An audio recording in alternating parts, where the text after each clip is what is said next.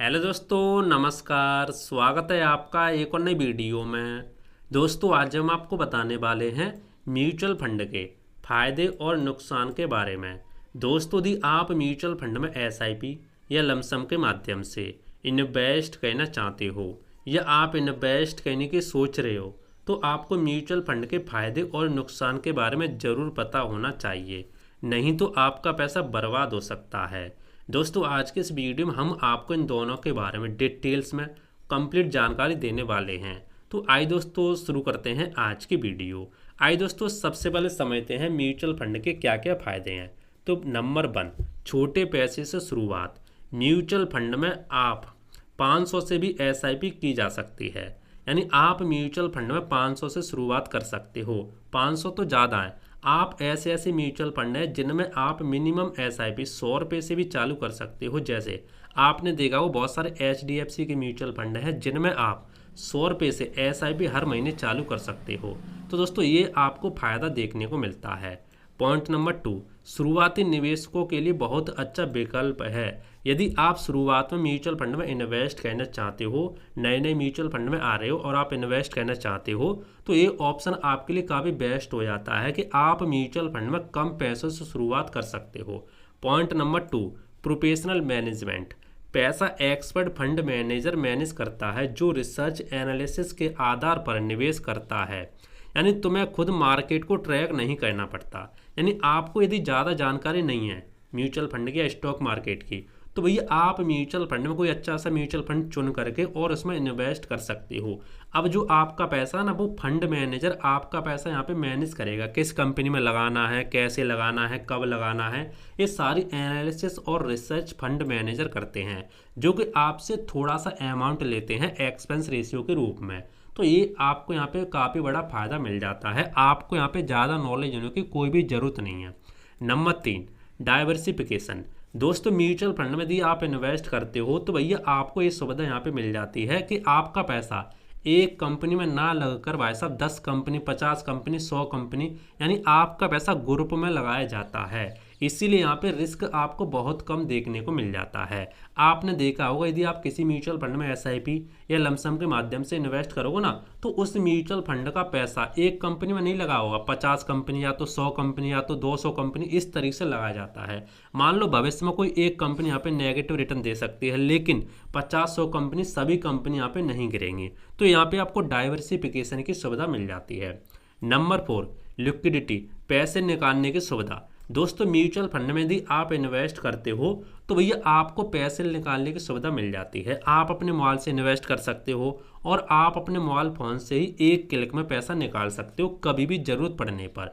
बस दोस्तों, एक कैटेगरी होती है ईएलएसएस, इसको छोड़ करके इसमें 3 साल का लॉक इन पीरियड होता है। यदि आप ईएलएसएस कैटेगरी में इन्वेस्ट करते हो तो भैया आपको 3 साल तक वेट करना होता है। लेकिन बहुत सारे ऐसे म्यूचुअल फंड की कैटेगरी हैं इसको छोड़ करके जिनमें आप तुरंत पैसा निकाल सकते हो। तो ये काफ़ी अच्छी सुविधा देखने को आपको मिल जाती है। अब बात करते हैं नंबर 5, टैक्स लाभ। आपको म्यूचुअल फंड में टैक्स का लाभ भी मिल जाता है। एक हमारी कैटेगरी ईएलएसएस फंड, इसमें आपको सेक्शन 80C के तहत 1.5 लाख तक की आपको छूट मिल जाती है। ठीक है, 1.5 लाख तक की आपको बचत मिल जाती है। 1.5 लाख पहले था, लेकिन अभी यहाँ पे थोड़ा बढ़ा दिया है। ठीक है, तो ये भी आपको सुविधा यहाँ पे मिल जाती है। नंबर 6, अलग अलग उद्देश्य के लिए विकल्प। यानी मान लो आप यदि म्यूचुअल फंड में अलग अलग आपका उद्देश्य, अलग अलग आपका गोल है, तो भी आपको यहाँ पे अलग अलग म्यूचुअल फंड मिल जाते हैं, अलग अलग विकल्प मिल जाते हैं। जैसे यदि आप रिटायरमेंट के लिए इन्वेस्ट करना चाहते हो तो वो भी आपके पास यहाँ पे ऑप्शन होता है। बच्चों की पढ़ाई के लिए आप इन्वेस्ट करना चाहते हो म्यूचुअल फंड में, तो वो भी आपको ऑप्शन मिल जाता है। घर खरीदने के लिए इन्वेस्ट करना चाहते हो वो भी आपको ऑप्शन मिल जाता है। यदि मान लो आपका कोई शॉर्ट टर्म गोल है, 1 साल 3 साल का कोई गोल है, तो वो भी आपको यहाँ पे ऑप्शन मिल जाता है। ठीक है, हर कैटेगरी का आपको अलग अलग म्यूचुअल फंड मिल जाता है, तो ये भी आपको यहाँ पे सुविधा देखने को मिल जाती है। नंबर 7, पारदर्शिता, ट्रांसपेरेंसी। यानी म्यूचुअल फंड कंपनी नियमित रूप से पोर्टफोलियो और एनएवी की जानकारी आपको देती रहती हैं। यानी म्यूचुअल फंड वाली जो कंपनी होती है, फंड मैनेजर होते हैं, जहाँ पर भी पैसा लगाएगा वो आपको सब कुछ दिखाई देगा। इस फंड मैनेजर ने कहाँ पर पैसा लगाया, कितना लगाया है, सारी चीज़ें आपको यहाँ पे ट्रांसपेरेंसी के हिसाब से सारी चीज़ें दिखाई देती हैं। तो ये भी दोस्तों आपको यहाँ पे सुविधा मिल जाती है। तो देखा दोस्तों, म्यूचुअल फंड में इन्वेस्ट करने की आपको बहुत सारी सुविधा मिल जाती हैं। अब दोस्तों समझते हैं म्यूचुअल फंड के नुकसान। यदि नुकसान कौन कौन से होने वाले तो वो समझते हैं। देखो point number 1, market risk. Equity fund का प्रदर्शन मार्केट पर निर्भर करता है। यदि आप म्यूचुअल फंड में इक्विटी फंड की कैटेगरी में इन्वेस्ट करते हो तो आपको उसमें थोड़ा सा रिस्क देखने को मिल सकता है, लेकिन फिर मैं आपसे बार बार कहूँगा यदि आप यहाँ पे शॉर्ट टर्म के लिए इन्वेस्ट करते हो तो आपको रिस्क देखने को मिलेगा। लेकिन यदि आप 10 साल 15 साल या मान लो 20 साल लंबे समय के लिए इन्वेस्ट करना चाहते हो तो भैया आपका रिस्क बहुत कम हो जाता है, क्योंकि लंबे समय में हमेशा मार्केट ऊपर ही जाता है। तो ये चीज़ दोस्तों आपको यहाँ पे देखने को मिल जाती है। पॉइंट 2, गारंटी रिटर्न नहीं मिलते। आपको म्यूचुअल फंड में गारंटी रिटर्न नहीं मिलते। आपसे ये नहीं कहेगा कोई कि भैया आप इसमें इन्वेस्ट कर दो, हम आपको 10% 20% के रिटर्न देंगे ही देंगे। लेकिन म्यूचुअल फंड में कई तरीक़ा से यहाँ पे रिटर्न की दरें होती हैं।